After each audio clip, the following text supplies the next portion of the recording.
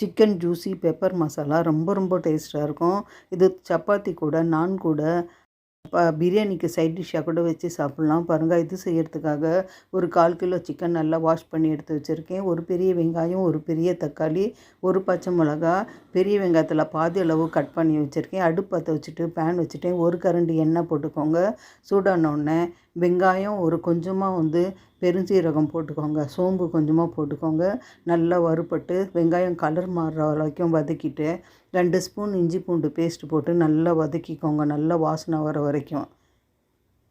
பாருங்க, இஞ்சி பூண்டு பேஸ்ட்டு வதங்கினோடனே கட் பண்ணி வச்சுக்கிற தக்காளி, பச்சை மிளகா நான் 1 போட்டிருக்கேன். உங்களுக்கு எக்ஸ்ட்ரா வேணுன்னா போட்டுக்கோங்க. நல்லா கலந்து விடுங்க. நல்லா மசிய வதங்கட்டும். மிளகாத்தூள் 1 ஸ்பூன் போட்டுக்கோங்க.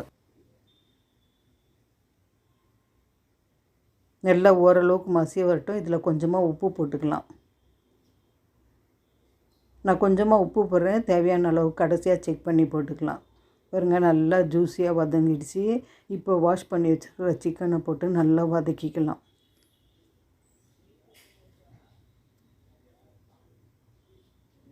நல்லா கலந்து விட்டு நல்லா வதக்கிக்கோங்க. மசாலா எல்லாமே மிக்ஸ் ஆகிற மாதிரி. நேரம் வெந்துட்டு இருக்கட்டும். அது வரைக்கும் நம்ம அரைக்க வேண்டிய மசாலாவை அரைச்சிக்கலாம். ஒரு சின்ன மிக்ஸி ஜாரில் 2 ஸ்பூன் மிளகு போட்டுக்கலாம். மிளகு காரம் உங்களுக்கு அதிகமாக வேணுன்னா 4 ஸ்பூன் கூட நீங்கள் போட்டுக்கலாம்.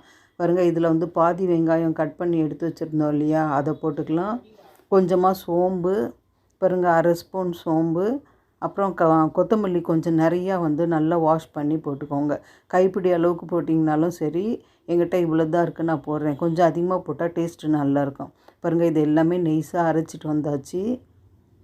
இப்போ நம்ம சிக்கன் வச்சுருக்கோம் இல்லையா, அதை கொஞ்சம் ஓப்பன் பண்ணி பார்க்கலாம். பாருங்கள், நல்லா வெந்துட்டுருக்கு. இப்போ நம்ம அரைச்சோம் இல்லையா, அந்த மசாலா போட்டு மிக்ஸ் பண்ணிக்கலாம். இதில் கொஞ்சமாக மிக்ஸி ஜாரில் தண்ணி போட்டு நான் மிக்ஸ் பண்ணி போட்டுக்கிறேன். பாருங்கள், நல்லா கலந்து விட்டுக்கோங்க. தேவையான அளவு சிக்கன் வேகிறதுக்கு தேவையான அளவு தண்ணி மிக்ஸ் பண்ணிக்கோங்க. பாருங்கள், கொஞ்சம் ஒரு 10 நிமிஷம் அப்படியே மூடி போட்டு வேக வச்சேன். அதிக ஃப்ளேம் தான் நான் வச்சேன். பாருங்கள், நல்லா ட்ரை ஆகிடுச்சு. இப்போ இதுக்கு கடைசியாக கரம் மசாலா 1 ஸ்பூன் அளவுக்கு நல்லா மிக்ஸ் பண்ணிக்கலாம். சிம்பிளான மசாலா தான். ரொம்ப டேஸ்ட்டு நல்லாயிருக்கும்.